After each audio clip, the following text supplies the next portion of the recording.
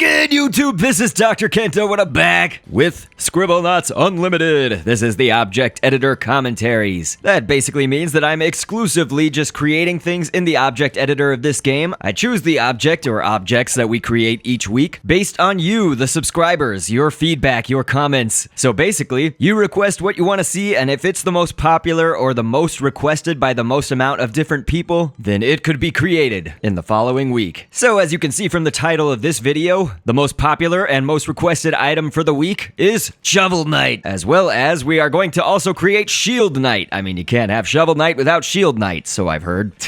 Starting off with the Dark Knight as the source object, take off the arms and the head to start out with. I'm not sure if we're going to remove the legs or not just yet, so that's why we're kind of doing these first, this upper body part. So we've got two hemisphere shapes on the chest of the Dark Knight, so those are those big circular type shapes. An eye, the letter I should say, is actually going to be for his belt, I guess, right there. And then a seed is going to be for the, I guess, armored plate that is guarding his family jewels. And knee pads are actually what we've used on both shoulders. That's for his shoulder pads, of course. And the arms on both sides are just from a knight. We did a boxing glove on his right side. That would be to our left. But on the reverse side, we've done a motorcycle glove. The reason for the two being different is actually if you would have put the motorcycle glove on both arms, you know, his right arm, or the one to our left, would actually look like his hand was twisted all the way around in a 180. It would be facing us, and so it would look a little bit derpy, actually. But let's see here. On the legs, we've put down dough, D-O-U-G-H, and an oval shape. Those are also for armored plates and things that are extending down, I guess protecting his thighs or whatever. A kiwi is what we're going to use for his knee pad armor. And the only thing that I'm curious about right here is if we can get a better leg. So I'm going to go ahead and take off the legs of the Dark Knight, and we'll put down one of Maxwell's brothers. We'll use Artie as the leg, and I like this just because Artie's legs are a little bit longer, but they also have kind of the foot shape that I'm going for. So we'll see if in the end this looks kind of how I was thinking. I think that it's at least a little bit better. It's a better step in the right direction rather than using the Dark Knight. We're going to go ahead and take on a tier right here, T-E-A-R. That'll be for some more of that ornamentation and design in this armor right here, extending out of his belt. So it's all coming together. We are going to create this as two separate objects, so we're going to go ahead and make the head as a separate object, and so this is for the body. We'll do the scripting here, and whenever I do scripting on this commentary or work in the properties editor right here, I like to explain who the characters are via background information or fun facts. So here we go with Shovel Knight. It's a side-scrolling platform adventure in which you play as, you guessed it, Shovel Knight. The game's creation is one of those successful Kickstarter crowdfunding stories, and it released on PC, 3DS, and Wii U back in 2014. Ports of the game followed later on, up to all of the major consoles and more. It contains a very NES 8-bit look and feel to it, although our Scribblenauts creation today is more in line with the promotional and trailer images, as well as some found on Yacht Club Games' website, etc., where Shovel Knight is not depicted in 8-bit art, but rather in a fully detailed character drawing. Look to the comparison image at the end of this video to see what I'm talking about. Shovel Knight has received pretty positive attention, yielding a 90 out of 100 based on 9 reviews of the 3DS version, 88 out of 100 based on 24 reviews of the Wii U version, and 85 out of 100 based on 45 reviews of the PC version. Kotaku featured it in the 22 best reviewed games that don't have sequels yet, and it seems that the game sold about 180,000 copies within 1 month of the North American launch, and of course more in other territories. So it's one of those good crowdfunding Kickstarter success stories, of course. Here we are with a head as the source object. We're of course going to be making the Shovel Knight's head now. So I started off with an ostrich egg and just made that big enough to fit over the entire head that we started out with. And the letter I is going to be for the horizontal slit in his helmet, and a headband is going to be for the vertical slit. The only reason that I chose headband is because it gets a little bit smaller as it comes towards the bottom, but not by much. And that's what I think kind of fits the art style of the Shovel Knight character and his helmet, how that's done. This is one of the 29-page library shape arms right there. Those are going to be sort of for the base of the horns that are on his helmet. So there we go. It looks good. We'll move them over. It's I guess it doesn't take too much editing to get the head of the Shovel Knight right here. We were really close to running out of stamp space on the body, so creating the head and the body separately will allow us to kind of get every detail that we want or need into the creation right here. I guess these horns that I've done are ivory, but I believe they're also kind of colored with an ivory color, almost like have a off yellow, white-ish color. So there, it looks like we've reflected that. We've named it the Shovel Knight head, of course. Whenever you're doing this sort of separate head and body method of creation, you want to go down to the Equipment tab under this Properties editor and be sure that it can be worn on the face like glasses. That's sort of the best way, I would say, the easiest for you that you can have to put it on your creation. So here we go. We've attached it to the body right there, and then I've also got a smaller Shovel Knight right there, and that's actually one that if you want to do it just as one creation, not the two pieces or whatever, two-parter, that's what that little smaller Shovel Knight is. He's just a one-off creation without having to do the two-part. Some differences are, we didn't use the Maxwell brother legs on it. We used knee pads instead of like dough and an oval and stuff for his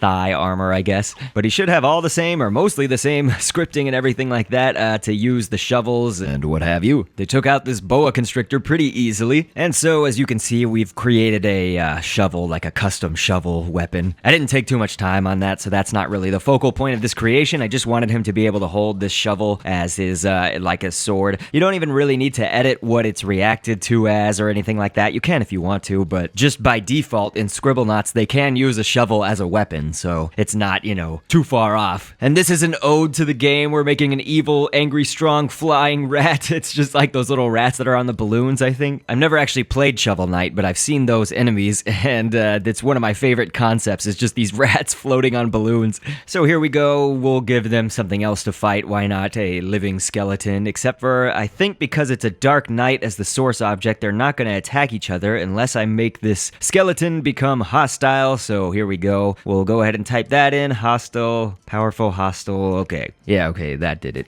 All right. I think we've had enough fun. I'm sure he's going to take it down pretty easily. Yep, there we go. So let's see. Moving on to our next creation. It's going to be Shield Knight. We've started off with a Space Marine, the female version, as the source object. Done a lot of the same stuff that we did for Shovel Knight, except for the chest plate right there is an ostrich egg, as well as you can put something below the ostrich egg for another layer. And you can pretty much just use the female Space Marine's arms by default as well. They're a little bit thinner and I guess longer than the Knight's arms, and so I think that those are good. We did the same boxing glove and motorcycle glove combination, the tear and the seed for the middle extending armor plate. I went with Maxwell's brother named Scratch this time, not Artie. We want a little bit different shoe shape, I guess, or foot shape, so that's why I did that. A whale shark is going to actually, if you just take the tail off of the whale shark, that's going to be for the chest, I guess, design, that golden yellow orangish sort of design. So here we go, moving on. We've got an iguanodon. We're going to take kind of the bicep shoulder piece of the iguanodon. This is actually going to be for a little bit more on the legs. So you want to move down the Scratch legs a little bit and then have the iguanodon sort of be the first thing for her thighs. And so let's see what else. We've got potatoes as the knee pads. And now we're going to go with a boomerang. This is going to be for her side extending armor plates. Boomerang is the base and an oval is going to be for the circular protrusion part of it. I guess I didn't really mention this, but it's the same as the Shovel Knight. We've got two of the letter I to be sort of where her belt is. I'm using a mango spear just to show you that you can also use that instead of a boomerang for the armor right here, but I also like how the mango spear sort of has these 2 points on the either side of it pointing upwards, and so it does sort of give us this depth, like the three-dimensional look to this 2D character, because every Scribblenauts character that I create is, well, for the most part, every, I guess, humanoid usually, human or humanoid, is sort of looking between straight looking at us or straight to the side. It's somewhere in the middle of those two planes visually. So a pearl is going to be for the smaller shield right there, but then for her really large Spartan-esque shield, we've just got 2 spheres colored different colors. And since this is the last shape, I wanted some sort of circular or sphere shape around the pearl, but that has little lines in it, and so I thought a volleyball would actually work really well, and I think it does. I think that has paid off well. And so now we'll be moving on to the head. The first thing that I did was actually color the skin a little bit different. It's not just completely pale, but it's not completely tan, I guess you would say. But I think she is a little bit more on the tan side than the pale side, and so we've also got a moon. If you just type in moon right here, it won't make a full moon, it'll make the crescent moon right there. An ostrich egg is going to be for the next part. This is all for her little hat helmet thing. Possibly one of the hardest shapes, I guess, that I can think about is what's going to be for this yellow goldy orangish part. And so I figured if we've got the ostrich egg right there, there, and then we move all of the golden stuff behind it. Other than this puddle right here, the puddle needs to be out front so it kind of has that horizontal line, in essence being the bottom of her hat, helmet, knight,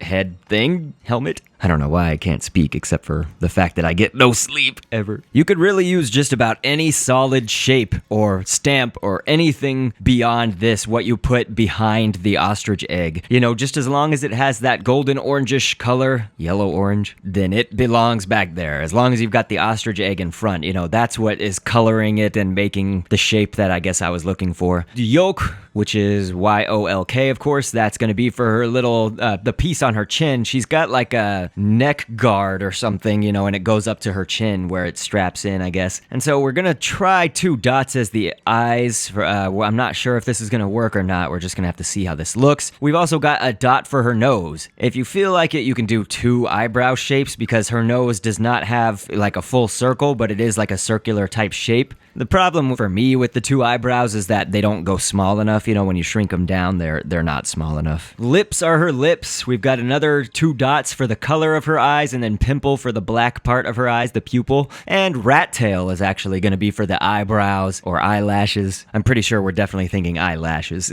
You know, they might not go out that far, so you might want to make them just a little bit smaller, but she does sort of have a little point for her eyelashes going out, kind of feminine look to it, but she's also quite strong, independent woman, of course.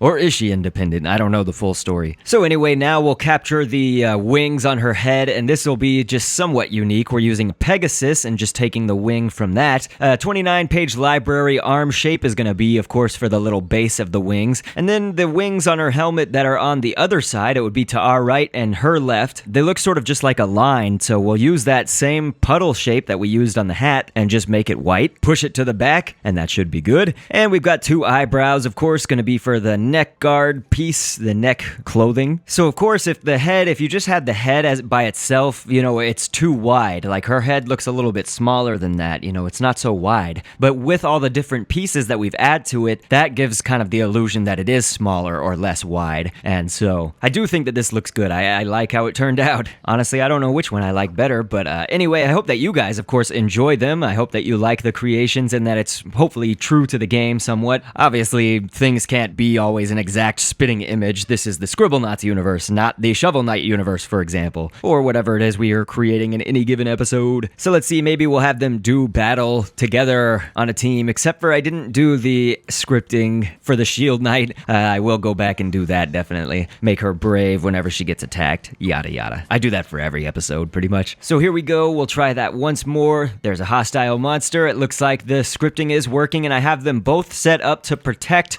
protectors, because they're both knights as their source objects, so this means that they'll protect each other should danger arise. But again, I appreciate everybody's support. No, I didn't forget Plague Knight or any of the other knights that are in the game. You guys just requested Shovel Knight. There was no other requests. So certainly if there is a demand for it, we will create the Plague Knight or whoever else might be playable in the game. We could create some of them as well, if the demand sees fit. Anyway, I will catch you on the next vid, and thanks for viewing. Wage a war. They're meant to bring justice to all wrongdoers. They're like a spectacle, so you can be the viewer. And down the road of twists and turns, always anxious to see what's within. We can look ahead to the point of no return, to the rest of our lives as the spectacle begins. I've been down the road